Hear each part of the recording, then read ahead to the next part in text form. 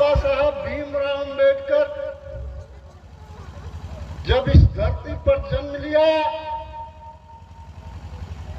तो क्यों आकाशवाणी नहीं हुई?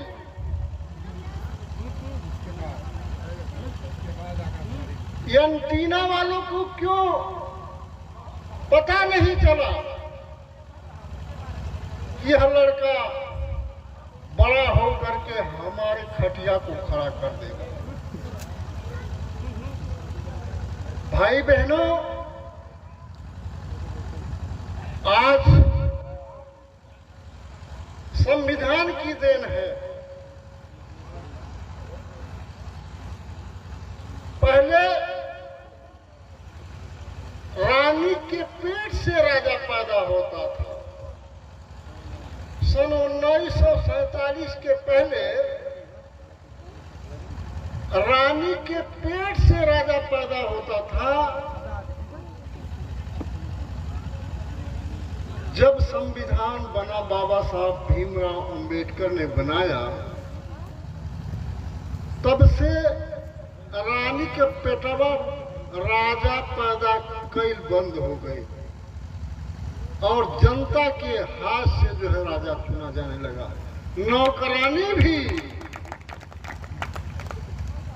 राजा पैदा करने लगे।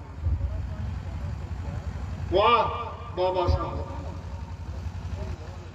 बाबा साहब ने संविधान रूपी एक ऐसा पत्थर फेंका जो पूरा भारतवर्ष नहीं दुनिया में हलचल मचा हुआ है।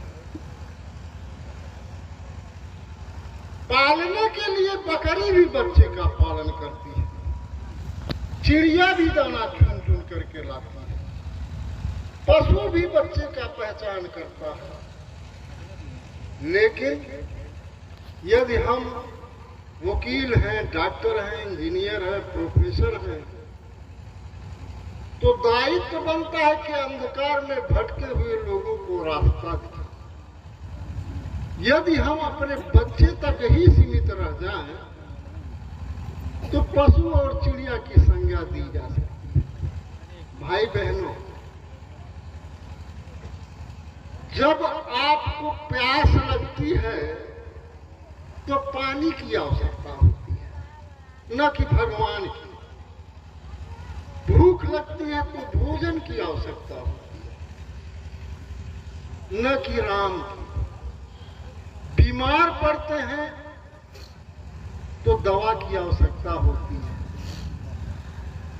और यदि आप सताए जाते हैं तो संविधान की आवश्यकता होती है, कानून की आवश्यकता होती है।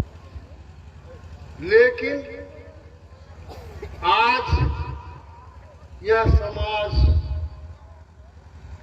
अंधकार में भटक रहा है। जिस हाथ में कलम होना चाहिए, उस हाथ में अगरबत्ती, जिस कंधे पर बस्ता होना चाहिए, वहां कांवर। बच्चे के पढ़ाई के लिए फीस नहीं है, लेकिन कांवर ढोने के लिए समाज पैसा बच्चों को दे देता है। इसीलिए दिन रात हरे रामा हरे कृष्णा कहने से का आपका लड़कवा पास हो जाए। अंधेरा अपने दिल में है, लेकिन दीपक मंदिर और मस्जिदों जगाना है अपने को। लेकिन जाकर के हम पत्थर की मूर्तियों को घंटा बजा बजा करके जगाते हैं। सपने अपने हैं, लेकिन उम्मीद बड़े पुजारियों से लगा, जिनको यकीन है कि घंटा बजाने से बाधाएं दूर होती हैं। विकास दुबे से सीखो, जिन्होंने उज्जैन के महाकाल मंदिर में घंटा बजाने के लिए गया। क्यों जाते हैं लोग? अकाल मृत्यु से बचने के लिए। माननीय योगी आदित्यनाथ जी से सीखो, जिन्होंने 25 साल तक घंटा बजाया। एक भी मुकदमा खारिज नहीं हुआ। जब सत्ता में आए तो सारे के सारे मुकदमा खत्म हो जाते हैं। इसलिए बहनों, भाइयों, आप लोगों को सोचना होगा कि हमें घंटा बजाने जाना है कि संविधान के शरण में जाना है। यदि यह ओबीसी समाज, दलित समाज, शोषित समाज मंदिरों में जाना छोड़ दे तो 6 महीने के अंदर पूरा भगवान का अस्तित्व खत्म हो जाएगा।